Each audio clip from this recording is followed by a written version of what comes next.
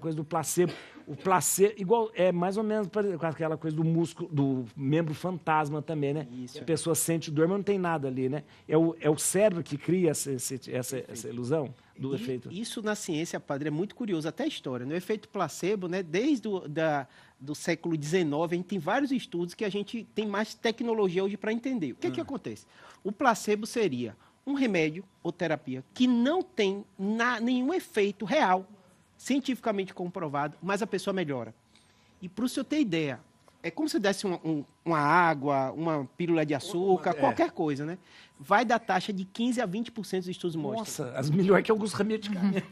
É isso que impressionou, né? E aí, quando foi se fazendo estudo, isso revolucionou a medicina, porque hoje toda medicação que você vai testar, você tem o duplo cego. Uma pessoa vai tomar para você justamente diferenciar o efeito placebo. Então, a pessoa toma o remédio que você quer dar e o outro vai tomar o placebo. Por exemplo, eu fiz parte da pesquisa da Covid.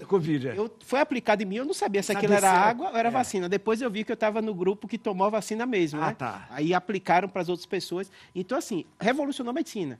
Do ponto de vista bioético, imagine, você vai aplicar uma coisa que não é nada para uma pessoa. Então, tem todo um debate, mas a gente sabe que a melhora é real. E por que essa melhora acontece, né? A gente sabe que no cérebro da gente, só o fato de você imaginar que você está tomando uma medicação, seu corpo age melhorando os sinais e sintomas.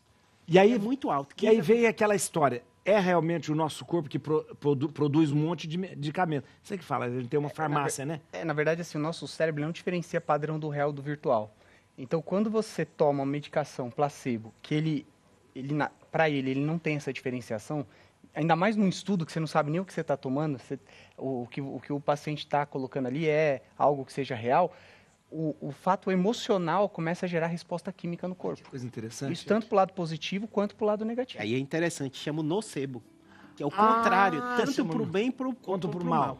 E olha que curioso, padre, eu tenho um canal, como o senhor falou, tem quase 1 milhão de inscritos, às vezes quando um paciente chega, eu vejo todo dia seu vídeo, eu falei, não veja não, porque senão você começa a sentir os sintomas, né, das doenças. É verdade, é verdade. E esse é o efeito nocebo, né? Se você ficar lendo, você tem um tumor cerebral, tem isso, tem aquilo, né? Então, além disso, o placebo vem para o bem, o nocebo vem para o mal, e é curioso, quando você começa a fazer estudos, você percebe o jeito que o médico fala, se o médico for mais galanteador, você vai ter o efeito placebo mais importante. Olha! Se o remédio for mais caro, incrível que pareça, ele acha que faz mais efeito. Mais efeito, o tamanho do comprimido, a cor do comprimido.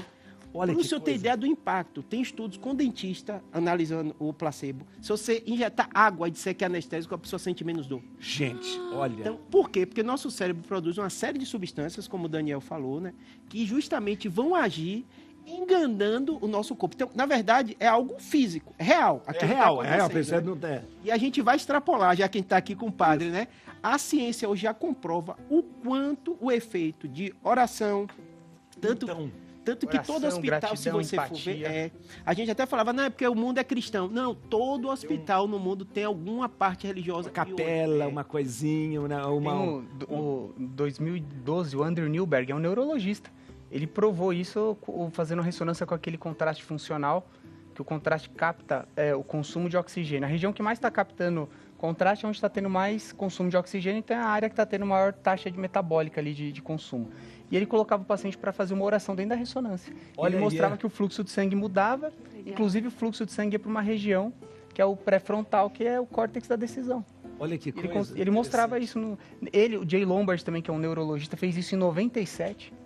E se você começar a pesquisar, tem 19 centros no mundo que eles chamam de neuroteologia implantados em universidades de medicina. Que coisa interessante. Olha como que no fim tudo vai se... É revolucionária a ciência por causa disso, né? Porque às vezes a gente entende como funciona, mas não sabe. Gera um monte de polêmica, né? Para o senhor ter ideia. Eu até estava brincando aqui no bastidor. Antes eu brigava tanto, o paciente, eu estou tomando tal coisa que o médico falou. Eu sabia que não funcionava, não tem estudo que comprova aquilo. Agora está assistindo melhor. Para a memória a gente cita um monte de coisas, né? E para o tratamento também, né? Hoje eu faço assim, tem esse efeito placebo, e para piorar, né? Se o médico estiver convencido, já tem estudos mostrando isso, às vezes até por ignorância, ele acredita mesmo num tratamento que não tem comprovação científica, o efeito que a gente chama quase por procuração. do jeito que o médico jeito que o médico passa pra... influencia. Olha, o médico acreditando Não naquilo. estou falando que é pilantra, Sim, estou falando não, aquela ele pessoa que acredita acredita no mesmo. tratamento que cientificamente ainda não tem uma Mas comprovação. ele acredita naquilo. E ele acredita naquilo. Ele passa aquilo para influencia. Mas o poder de convencimento, Mas né? isso explica tem uma teoria, eu esqueci o nome, tem um livro do Jay Lombard, de 2015, que ele cita o centro norte-americano que mostrou a teoria dos neurônios espelhos. Que você é capaz de sentir o que a outra pessoa sente. Olha que Então, se coisa. você pega alguém que está animado e está te convencendo positivamente, você espelha os neurônios daquela pessoa. E você gera química para aquilo. Eu achei muito curioso que tem um estudo da Nature mostrando com isso, que sempre quando a gente fala placebo, você pensa no paciente, né? Tomando remédio ou não, o médico não sabe o que ele está dando, porque tem que ser duplo cego, né?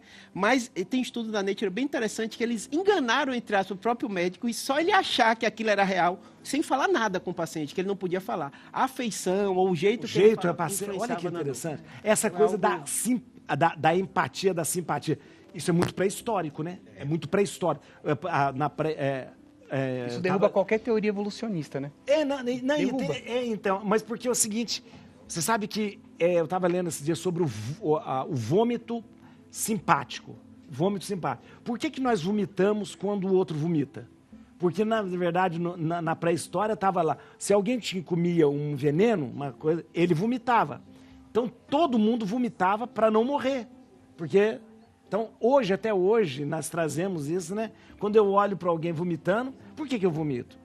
Tem pessoas que sentem ânsia para vomitar. É o vômito simpático, né? O vômito que eu tenho... Eu sou tão sugestiva que só de o senhor falar essa palavra já dá náusea.